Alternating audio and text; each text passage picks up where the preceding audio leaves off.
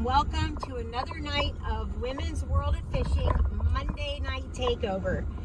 And if you saw the thumbnail for this show, it is actually pre-recorded. So I'm probably, I don't know, on the couch watching TV. But I am super excited that this episode is going to be pre-recorded, because this is something we haven't been able to do for the show. We've only been able to shoot live. And it's because of the software that we use. We're able to go to a lot of destinations between the social media, but we haven't been able to pre-record anything. And it is perfect timing because, like I said in the Fishing for Beginners Part 3, I put the little pond pictures in the thumbnail and tried to describe different places to target for fishing on those different types of ponds. But what I really wanted to do was an episode where I could be live on a pond and kind of showing different places. But I couldn't hold a signal live long enough to actually do that. So I didn't want to do a live show at one of the ponds that I go to and then have it not work and have connection issues and all that. So now that I can pre-record it, I'm headed to the pond. It is Sunday afternoon. It is hot. It's sunny. So I don't expect much in the way of fishing. It's been pretty tough around here. The ponds are pressured, all that stuff that we've talked about, on the show throughout this series. So I know it's going to be tough, but what I really want to do, instead of, really trying to catch a big one, my main goal is to really show people when I go to a pond kind of how I'm breaking it down. I know this pond fairly well, so I'm going to break it down for everybody, as if I don't really know it, so that for everybody else, you can go to the takemefishing.org that we've talked about and find some places in your home area that you can go fish, and then kind of apply these things that I'm going to talk about today. You can apply them in your own area, as far as baits that I'm going to show, as well as the areas and things to look for, because hopefully it will be helpful. One of the things, and maybe we'll come back and readdress this, maybe one time in the fall, probably not in the winter, because I don't do a whole lot of winter fishing. But then again, maybe one time in the spring, because you do target different places and different in the different seasons. And I know that we briefly covered that on another episode. We kind of just skated over it, because of the timing. But bass fishing, it can be as complicated or as simple as you make it. You could literally go around the bank and throw a buzz bait or a spinner bait all day, every day, and possibly do probably do as good as me every day,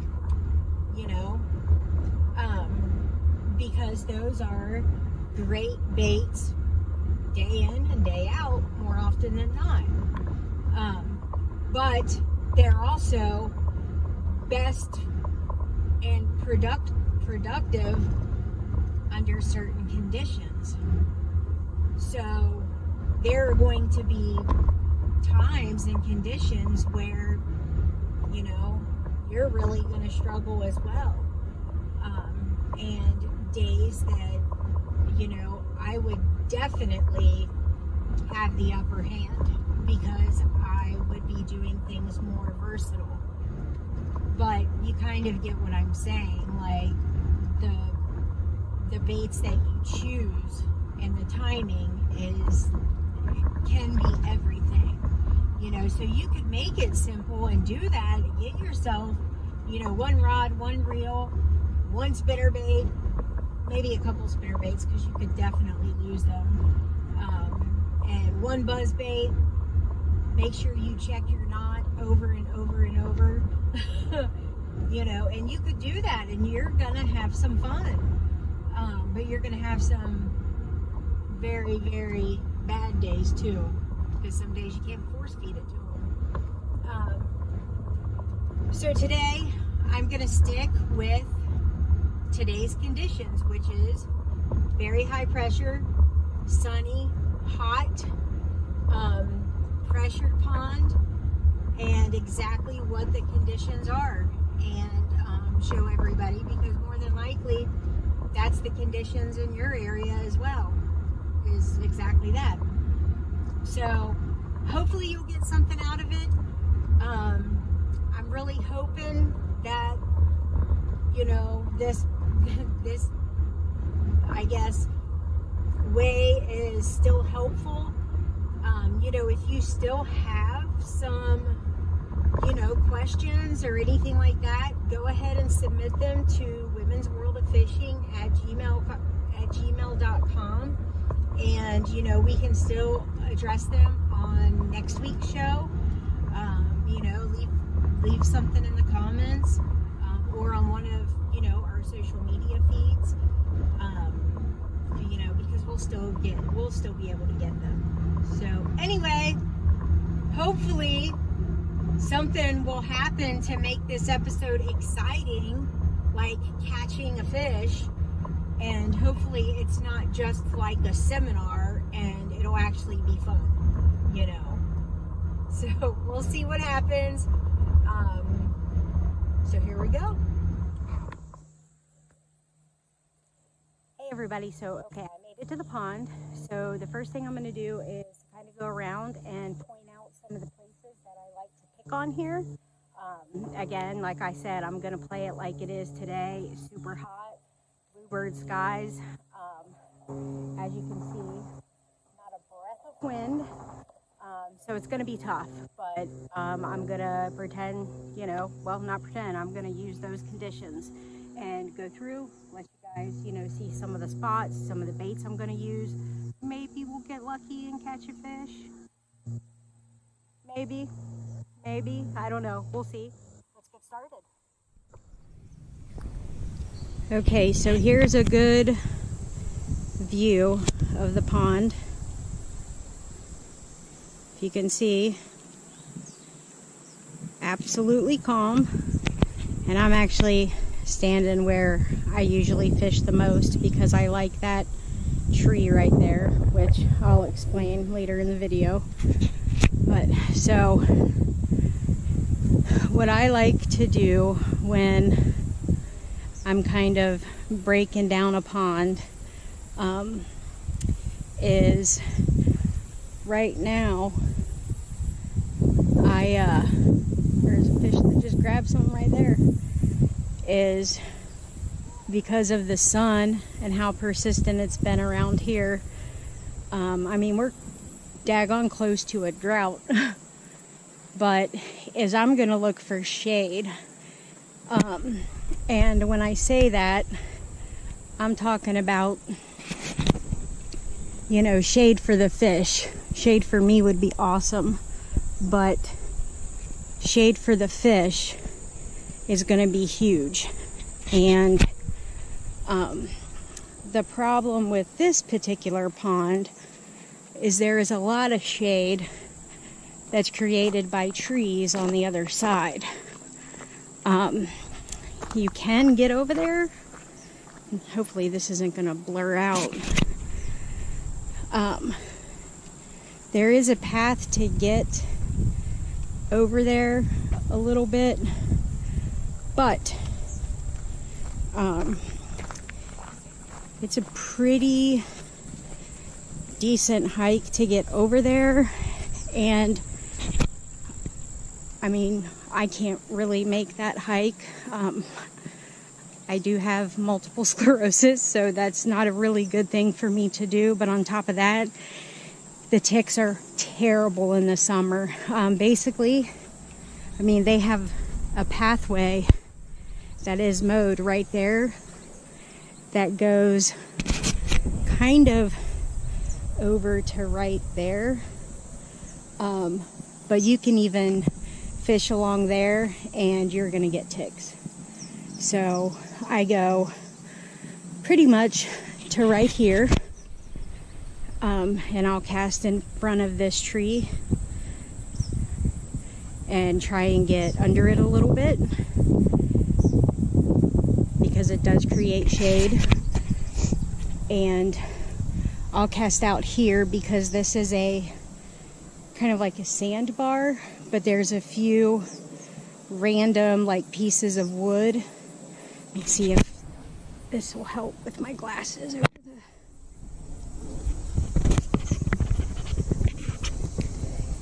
It might take the glare off of it for you. But you can see like logs and twigs out there, so I'll, oh gosh, that breeze feels good. So I'll kind of target that a little bit because, you know, the bass will use the wood down there on that flat. They'll pull up there and they'll feed, and they'll use that as a ambush point. And these little cuts right here, I normally, like if I was in a boat and casting towards the bank, all of these cuts I would cast towards, because, you know, there's fish that could be off of that drop watching for something to come in there. It's just a change in the bank. Same thing with this. This one's a little deeper, and there's actually some bass fry.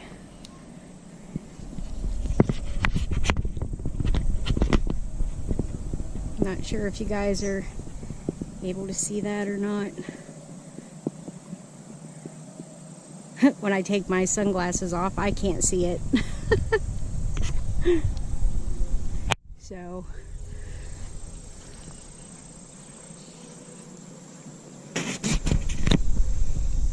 and then there's a cutoff right here.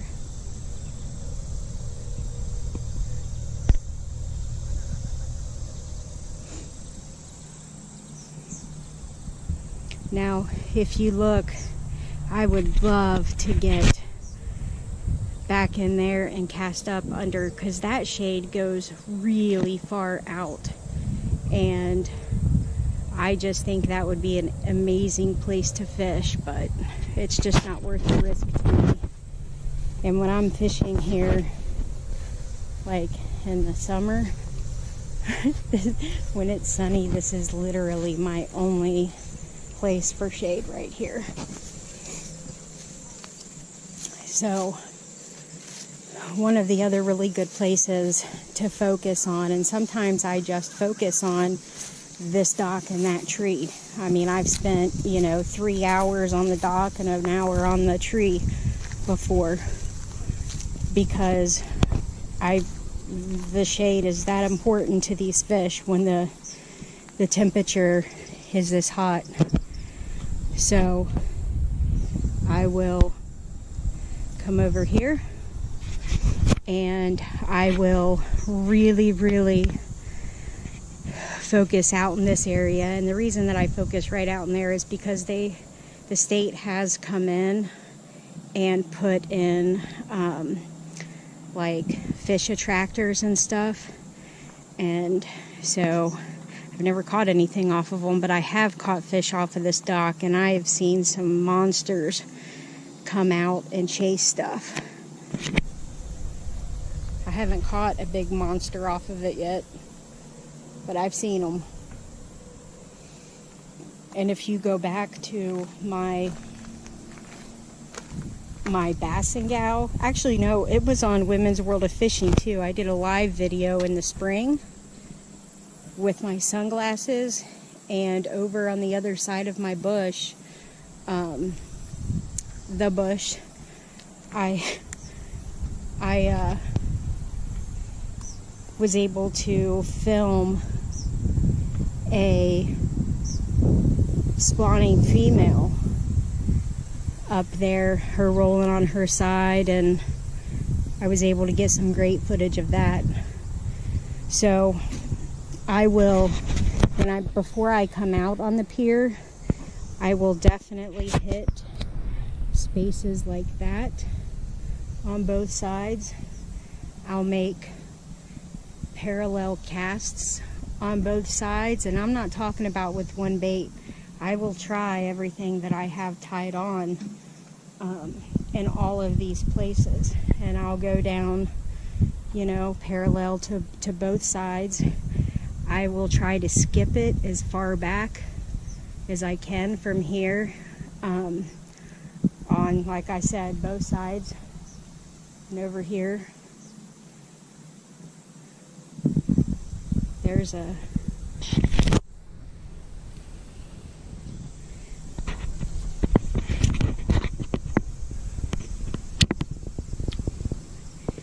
see the fish finder. And so then once I've done that, I'm going to come and I'm going to do parallel casts down here, as well as, you know, on the edge. And I'm also going to make casts from here to the bank, and you would be amazed at how many fish I've caught that I couldn't catch from the bank, but I caught from the pier. It's not always like that, but it has happened. And you know, I'll cast from here, and I will cast out over the sides. I like casting kind of this way towards the sand flat. I will make like just fan cast just out in here. I'll fan cast going out. I don't do too much out in here because out here in this deep water, a lot of people catfish out there. So I don't do too much over there. Now over here is a different story. Over here, I will make casts towards this right here. I'm going to go over there and show it to you too. I love that little pocket, so I'll cast towards that and kind of show you what it looks like. And then, you know, fish off of that. Here's some little turtles. But this right here, this is a kind of a ledge drop off with a couple of different depths that are really good for the summertime. That's one of the reasons that I like it. So, okay, 1 second until I get over there. Okay, I wanted you to be able to see right here too how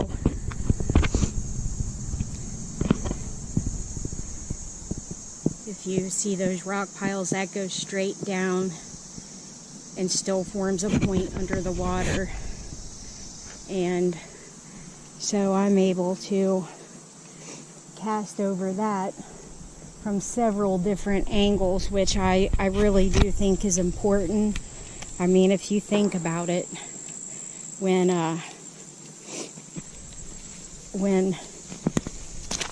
you're fishing, well, if you don't know, you know, we've been in tournaments where we've made multiple casts to the same, you know, area, or did different baits, and we had to make multiple casts and finally caught one. So, you know, I like to make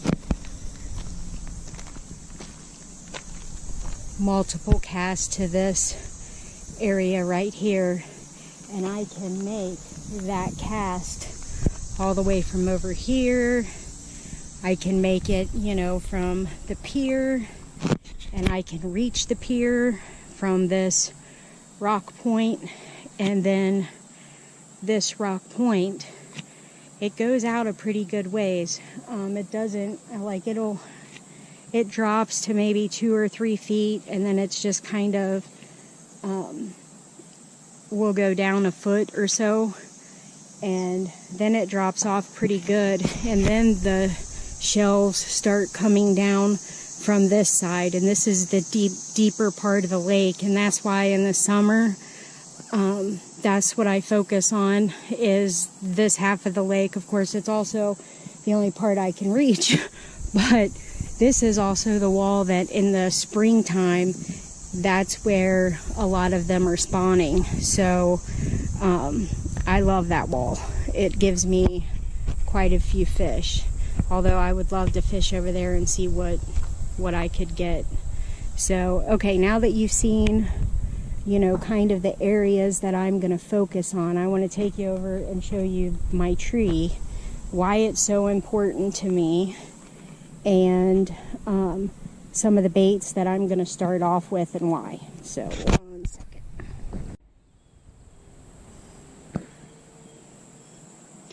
Okay, everybody, so I'm standing here at this bush because of the fish under this specific tree. And they basically just wait for the food to come to them. And it always does. And so I'm always trying to chase them because I know that they're under there. And I feel like since I know that they're there, I just have to figure out how to catch them. So I usually start here and see what I got going on.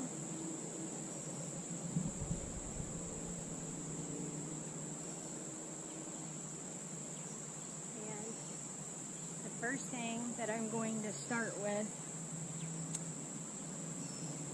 is just a weedless Cinco. It's the Runkle Pro Bite Black Cinco. If I had a frog, I would throw the frog, but since I don't, I'm going to go with this.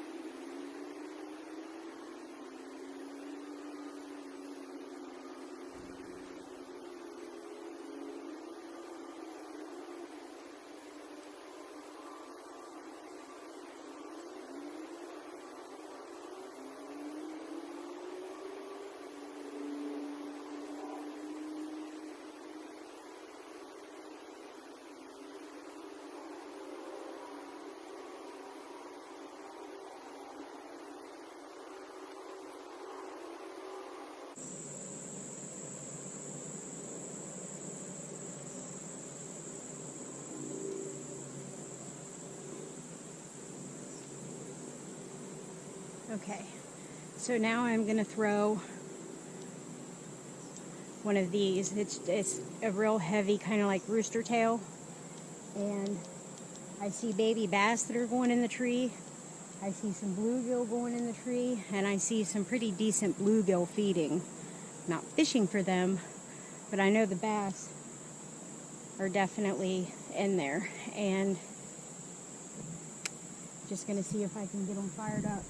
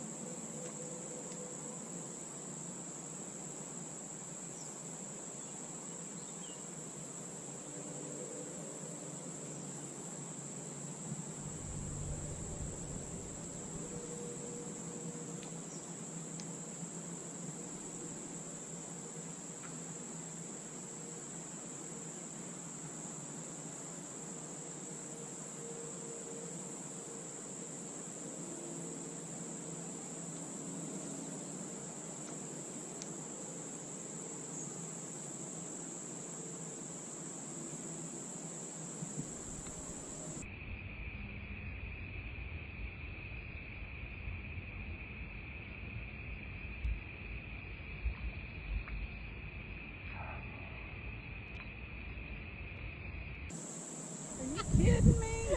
You gotta get that. My little guy. Is that a... It's a bass. It is? That's my mom on camera talking. This might be the smallest bass I've ever caught. Oh, how did that fire on the hook? Oh gosh, it's hard to get.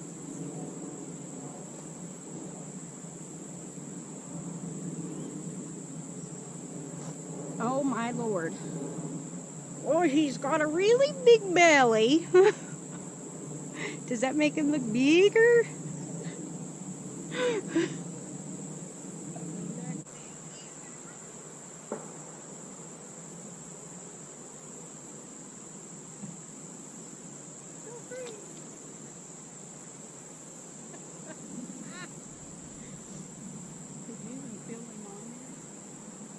I saw him. That's why he came on the bank.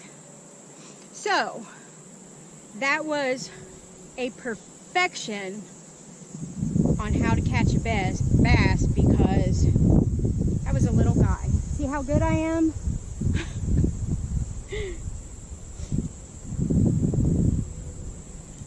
But that was just a little rooster tail. You know, when you throw it, you're going to catch little bass, you're going to catch little crappie, you're going to catch little bluegill, because everything in the lake that eats live stuff will eat something that small and that flashy.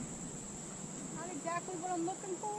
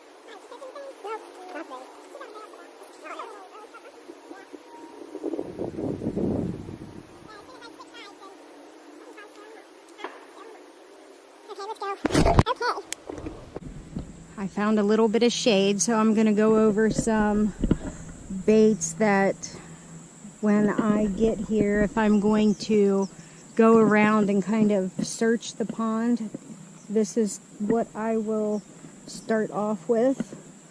I love throwing a square bill. Here's one that I use here quite a bit. I like this color for this water. I also like a chartreuse and black.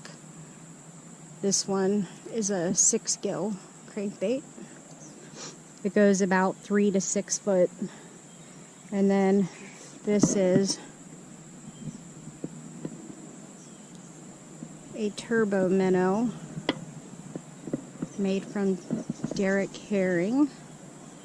I think he's getting ready to release some of these on the 15th, I believe, if you want to check him out.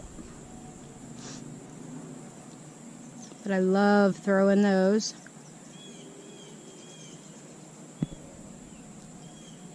And also a spinnerbait. Haven't thrown much of those this year because we haven't had any wind. This is about the most wind I've felt. I also like this popper walk the dog bait. It's the FP100 actually, but it's made from Runkle, multiple colors. And I like throwing these when it is calm and overcast. And that's one you can actually throw all summer long and all day long if the conditions allow for it. And this is the VC 200 with the blade on the back, made by Runkle.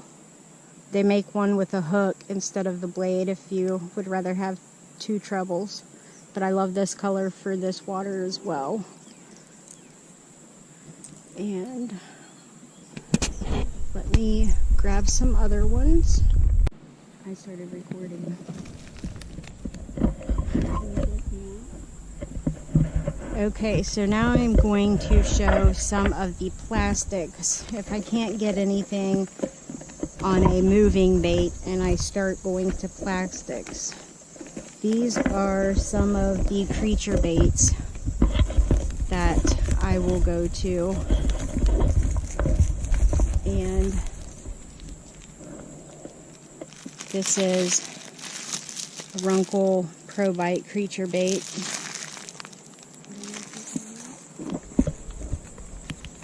And I'm not actually taking these out because I don't have enough hands to do it, sorry. But these are two different kind of creature baits by Big Sexy Baits. One is a Rapture that doesn't have identical or additional tentacles. The other one is a little bit flatter and has they look kind of like frog legs like that on the picture. And then another one, which like we've talked about a bunch of times, is the Runkle Pro Bite Trick Worm. And this has been my color this year, is the black. I think this is the Cosmic Black, and then they have the Night Black. They're pretty similar. This is the 5-inch. And like we've mentioned before, multiple ways that you can rig those. My favorite has been wacky rigged. That's what I've done most this year. The other thing, another creature bait that I like, comes in the anchor box from Runkle, and it's one of their other creature baits. That's just what it's called. But the good thing about this is you don't have to pick the color. You get 5 different ones. This is one that I'm running low on, but once you're done you have another little tackle box, so that's another thing that I like on it. So that's those. And these are ones, like I said, that I'm going to a lot of times do. I mean, these are my bigger profile baits. Now what I do whenever I need to Ned rig or Nico rig, I am going to go with a Big Sexy Baits Mayhem. I have actually done this weightless before. I've had to go that light and it has worked, but and that might be what I get pretty soon here. And then here are a bunch of different sized swim baits from Runkle. I use some of these as trailers. I've just put a whole bunch of them in a baggie since I'm at ponds. I don't want to carry the individual packs. And here is one of the coffee cats made by Liquid Willow Cat from Cowboy Coffee Chew. And I like using these as a trailer, and I also like using it on some of the finesse type baits. So on a jig head, you know, just fished at the bottom and just kind of bouncing it up and down. And here is another one of my shaky head baits that I like to use, and I like this color a lot. It's the green pumpkin purple. It's just a zoom trick worm. And you can use this, you can do it for the shaky head, you can do it on a drop shot. There's just multiple ways that you can fish that. And another thing that I am starting to really become a fan of that I've really never done before, but I'm starting to become a fan of, is scent for your bait. And this is my go-to. This is made by Liquid Willow Cat, and he's got a couple of different flavors, or a couple of different scents. I haven't tasted it, by the way, but this is wild harvested, fresh ground, preserved willow cats. It smells awful. So it is always in here. I don't take it out, and I make sure that it is shut really good. So you can definitely check that out. So that is the baits that I have with me right now. And so just as a kind of a wrap up, you know, I'm not going to do much more fishing tonight. It's just really, really hot. But, you know, breaking down the rest of the baits that I have on, what I would do from here is I still would go after the fish that are in this daggone tree, and I would, I am going to throw at the dock a little bit, but the baits that I have on right now, I would definitely throw I have a Nico rig tied on. I would throw that because it is so still and stale. And I would also throw a crankbait around. I haven't gotten to that. And throw a Cinco a little bit more. And again, like, I would target all of the areas that I showed you earlier. I don't know if you heard that, but there was one of my fish in there. And I would also go down further down this bank because it does have the ledges that I could throw, even a deep diver or a medium diver crankbait. So hopefully you got some information out as far as baits and different areas to target during, you know, looking at a pond. And you know, if you have any questions, definitely put them in the comments or send an email to the show. Otherwise, we will see you next week for, I'm not sure what we're going to do yet next week, so we will have to let you know. But if you have any ideas, send an email to the show or put it in the comments as well, and we'll get back to you. So I hope everybody has a good night. Well, there you have it. I hope that, you know, you guys were able to, you know, learn some things.